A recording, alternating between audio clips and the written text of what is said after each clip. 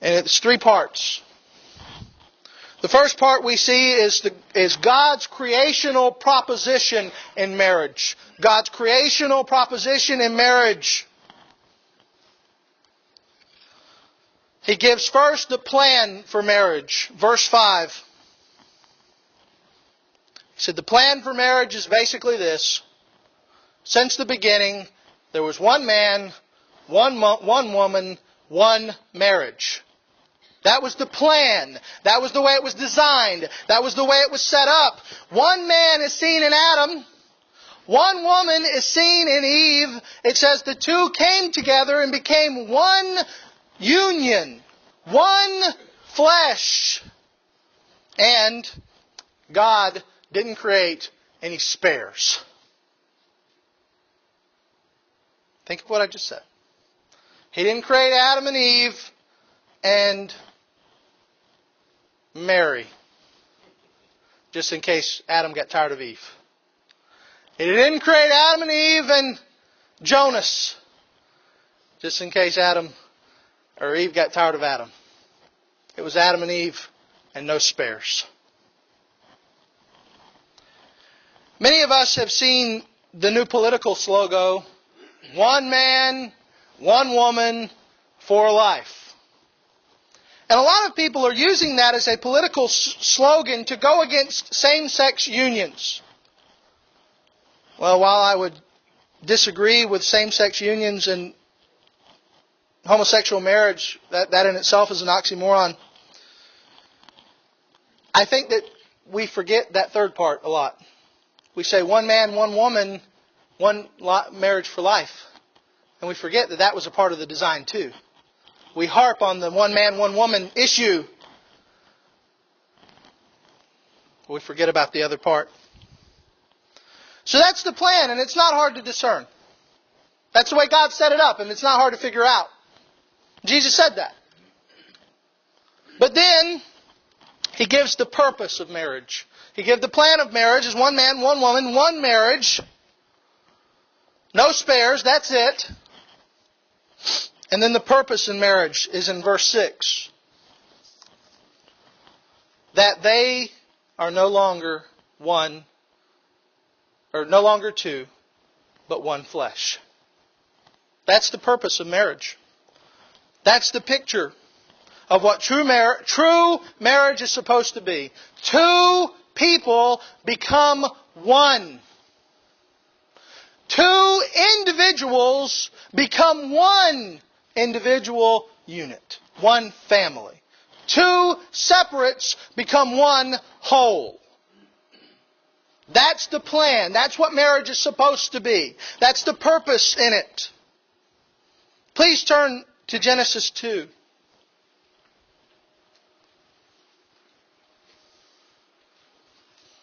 Genesis chapter 2, we are all familiar with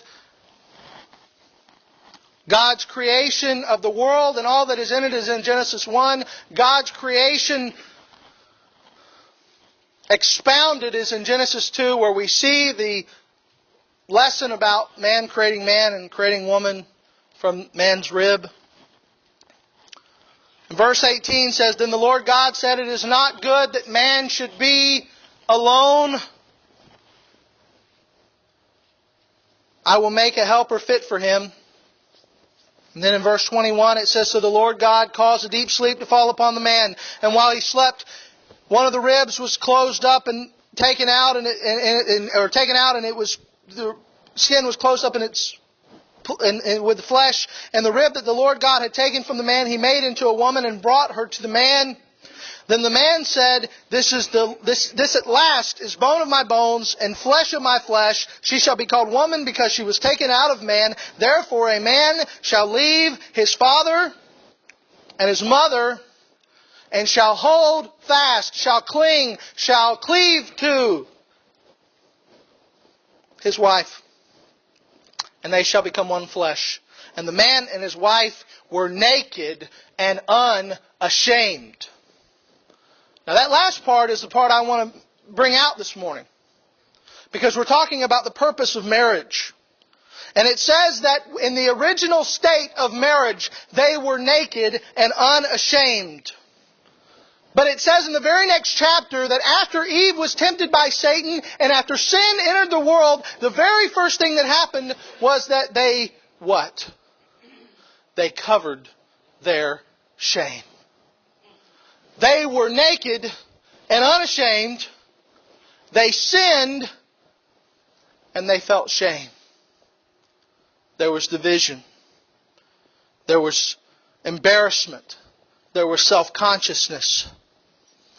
And ladies and gentlemen, I want to put something in your mind that may be new and something you've never heard before, but I want you to really think about it this morning. I believe that a true, godly marriage is supposed to be a place that you can be naked and unashamed, and I don't mean physically.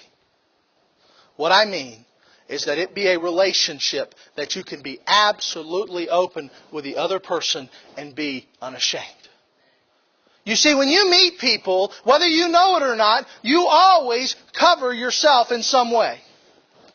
We all wear masks in public. Metaphorically, of course. But that person you marry is supposed to be the person, and that's how dating starts. You meet this person and you have dinner with them, and you open up a little bit. And then next time you remove the mask a little bit more. And then you feel like you can open yourself totally up to this person. And that you can give yourself wholly to this person. That you can take off that mask and be free with this person. And you're married, and you have a marriage that's not separated by walls. You have a marriage that's not separated by a divide and masks and things like that. And that gets you back to what I call the Edenic state of marriage, where you're naked and unashamed. Don't be so superficial about nakedness and think I'm just talking physically. I'm talking about opening 100% up to that person and being unashamed. That's the purpose in marriage. That we might have some taste of being absolutely open with somebody else. And ladies and gentlemen, that is what makes divorce so bad. Because someone has opened themselves up 100% to another person and they've been rejected. That's what makes divorce terrible. Is that they have given their heart, they've removed their masks, they've become naked and unashamed, and someone has caused them to have to cover back up.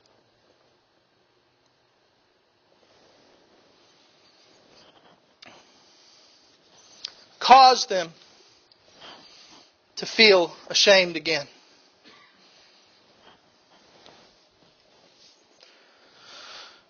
The purpose of marriage is that two people become one. In a lifelong partnership that they can open themselves up to each other. And finally, we see the priority of marriage. And verse 6 continues. It says, they are no longer two but one flesh. What God has joined together, let no man divorce.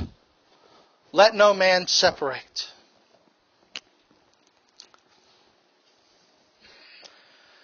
What that means is that marriage